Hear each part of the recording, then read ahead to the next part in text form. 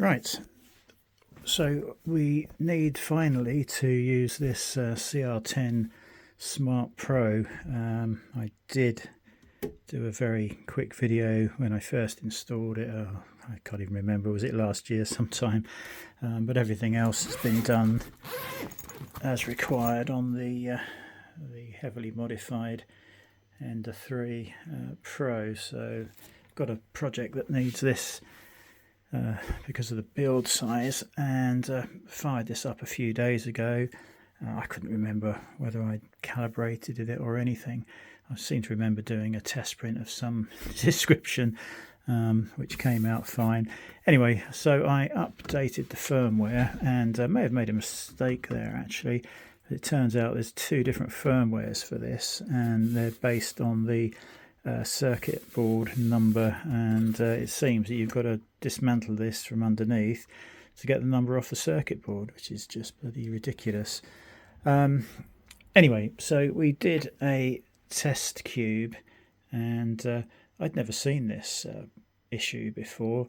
The corners are all squished out. I mean, hopefully you can see that.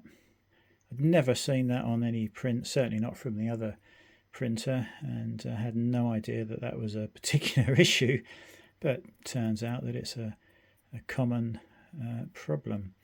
We're ringing there as well.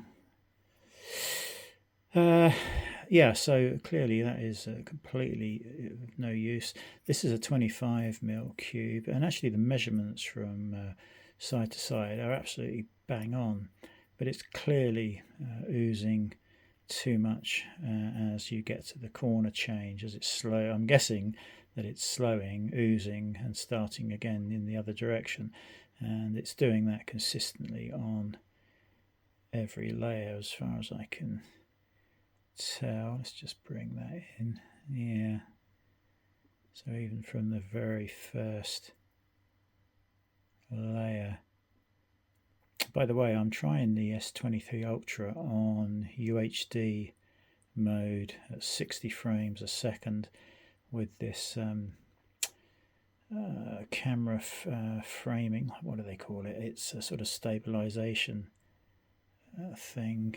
So whether that's going to come out okay for YouTube, I don't know. The internals are, all good. The height, the Z offset looks, pretty good to me. I don't see any issues apart from those corners. Now I had used the Creality print program to slice that, and I've found a website that's got the CR10 Smart Pro recommended settings.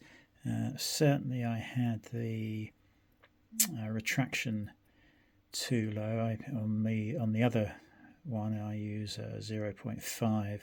This was set up to 0.8, and the recommended settings from this website I found is 1.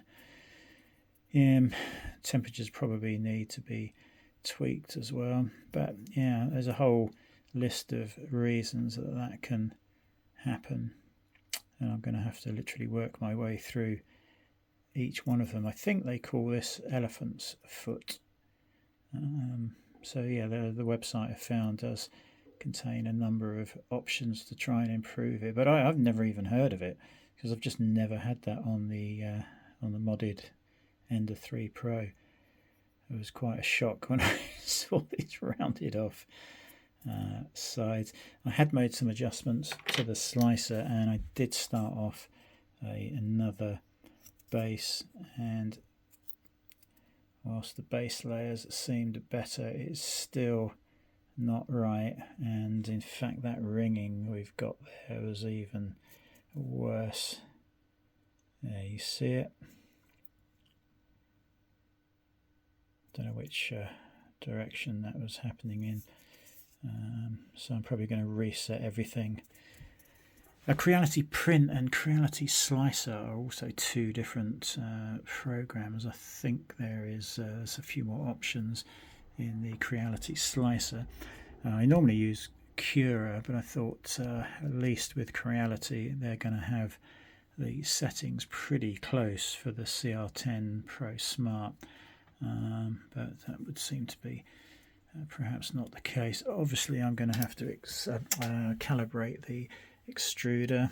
I'll tell you what I really hate about this printer, and that didn't even cross my mind last year when I originally set this up. I am so used to being able to watch the nozzle right at the front there. Well, you can see it between the just under the fan. I can watch that really easily. This, you just haven't got a clue. You cannot see the nozzle. You've got to get right down, you know, with the build plate just before you can see the nozzle. That really sucks. I mean, I do not like that at all. It makes it really hard. If you're doing a small cube like I was doing on there, it makes it impossible to see anything of what's coming out of the nozzle, and you don't know whether the Z offset is correct or not. So I actually might move this onto one of the other free benches and possibly use it sideways on, so I can actually see what's going on, because it would be much better, you know, if you can see the nozzle. So I really don't like this design, and there still doesn't seem to be much information on this particular printer out there. Another issue I've found is the touch screen is very often very unresponsive. You can touch something a few times before it will actually you know, change to the option you're trying to select. I'm not happy with that. I had seen mention of an update for the software, sorry, the firmware for the screen, but it doesn't seem to be for the Smart Pro, perhaps just the Smart. So yeah, a few things to go through, but I thought we would just do a little video on looking at that, because I'd just never seen it before. So I think it just proves how lucky I've been with the setup of the Ender 3 Pro, just not to have any issues like that. Yeah, you can really see it in those corners bulging out, can't you? Look at that top right. Anyway, so this will be the start of correcting and setting this up correctly first of all, calibration, etc. And we'll see if we can get it as good as the other printer.